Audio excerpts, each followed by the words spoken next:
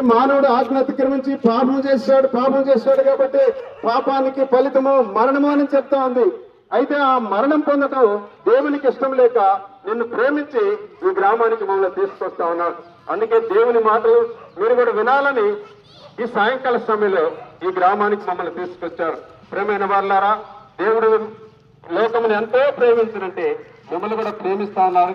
అందుకే ఈ మాటలు మీకు వినిపించడానికి కోసమే ప్రభువైన యేసుక్రీస్తు వారు ఈ మాటలు నీ ఎదుగు తీసుకొచ్చినాడు. అయితే నీవు నీ పాపాన్ని ఒప్పుకున్నట్లయితే ప్రభువైన యేసుక్రీస్తు వారు నిన్ను క్షమిస్తాడని చెప్పి పరిశుద్ధ గ్రంథమైన బైబిల్ సెలవిస్తా ఉంది. ప్రేమైన వాళ్ళారా, మానవుడు చేసిన పాపానికి బదులుగా ప్రభువైన యేసుక్రీస్తు వారిని ఆ సిలువలో మరణిస్తా వచ్చాడండి. అంటే మనము నడవరాని స్థలాలకి నడుస్తా ఉన్నప్పుడు మన కాళ్ళ ద్వారా చేసిన పాపానికి బదులుగా ఆయన కాళ్ళల్లో శీలలు కొడతా వచ్చారు. మన చేతుల ద్వారా చేసిన పాపానికి బదులు మనకి రావాల్సిన శిక్షకి ప్రభువైన యేసుక్రీస్తు వారు చేతులలో శీలలు నాటారండి. అయితే మనము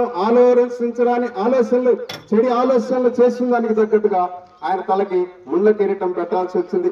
ప్రేమైన వాళ్ళారా, మనకి రావాల్సిన శిక్ష అంతా కూడా ప్రభువైన యేసుక్రీస్తు వారు ఆ సిలువలో భరించాడండి. ఇదే ప్రేమని చూపిస్తా ఉంది. అందుకే దేవుడు లోకమును ఎంతో ప్రేమించాడని చెప్తా ఉంది. ప్రేమైన వాళ్ళారా, ప్రేమలు అనేది రుజువుపరుస్తా ఉన్నారు. మనము ఒకరి నిమిత్తం ఒకరు ఎవరు కూడా ప్రాణం పెట్టం. ఒక భార్య చనిపోయిందంటే భర్త చనిపోడు. ఒక